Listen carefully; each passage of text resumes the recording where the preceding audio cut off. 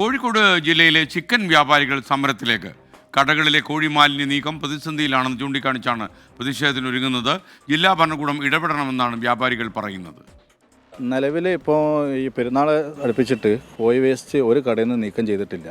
ഇപ്പോൾ 2000-ഓളം കടകൾ ഇവിടെ കോഴിക്കോട് ജില്ലയിലുണ്ട്. ഇത് പെരുന്നാൾ അടുപ്പിച്ചിട്ടെന്ന് പറഞ്ഞാൽ പെരുന്നാളിൻ്റെ ഒരു മാസം മുമ്പ്, അതായത് നോമ്പ് തുടങ്ങുന്നതിന് മുമ്പ് തുടങ്ങിയ പ്രയാസമാണ്.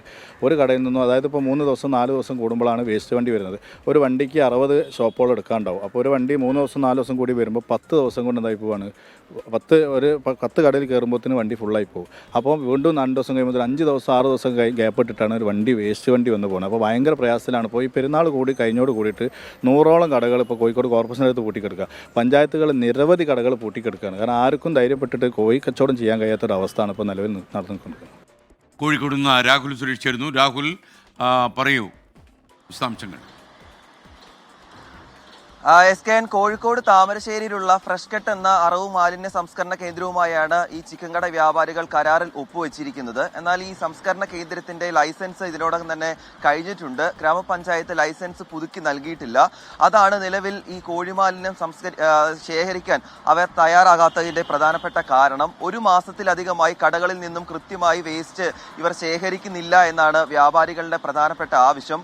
കോഴിക്കോട് ജില്ലയിൽ തന്നെ 2000-ലധികം കോഴിക്കടകളാണ് പ്രവർത്തിക്കുന്നത്. ഈ കടകളിൽ നിന്നും വേസ്റ്റ് നീക്കം ചെയ്യാതെ വന്നതോടെ പല കടകളിലും പുഴുവരിച്ച നിലയിലാണ് ഈ വേസ്റ്റ് ഇപ്പൊ തന്നെ ഉള്ളത്. അത് മാത്രമല്ല, രൂക്ഷമായ ദുർഗന്ധവും ഓരോ കടകളിലും ഉണ്ട്. അതുകൊണ്ട് തന്നെ ഭൂരിഭാഗം കടകളും അടച്ചിടേണ്ട ഒരു സാഹചര്യത്തിലേക്ക് എത്തിയിരിക്കുന്നു എന്നാണ് വ്യാപാരികൾ പ്രധാനമായും പറയുന്നത്. 100 ടണ്ണിലധികം ചിക്കൻ മാലിന്യമാണ് ഓരോ ദിവസവും കോഴിക്കോട് ജില്ലയിൽ ഉണ്ടാകുന്നത്. ഇതിപ്പോൾ 4 ദിവസത്തിൽ ഒരു തവണ നീക്കം ചെയ്യുന്ന നിലയിലേക്ക് സാഹചര്യം എത്തിയിരിക്കുന്നു. നേരത്തെ ഓരോ ദിവസവും നീക്കം ചെയ്തിരുന്ന സാഹചര്യമാണ് ഇപ്പോൾ 4 ദിവസം കൂടുമ്പോൾ മാറ്റുന്ന ഒരു അവസ്ഥയിലേക്ക് എത്തിയിരിക്കുന്നത്. ഇതിൽ ജില്ലാ ഭരണകൂടവുമായും ജില്ലാ കളക്ടറുമായും ഇന്നലെയും ചർച്ച നടത്തിയതാണ്.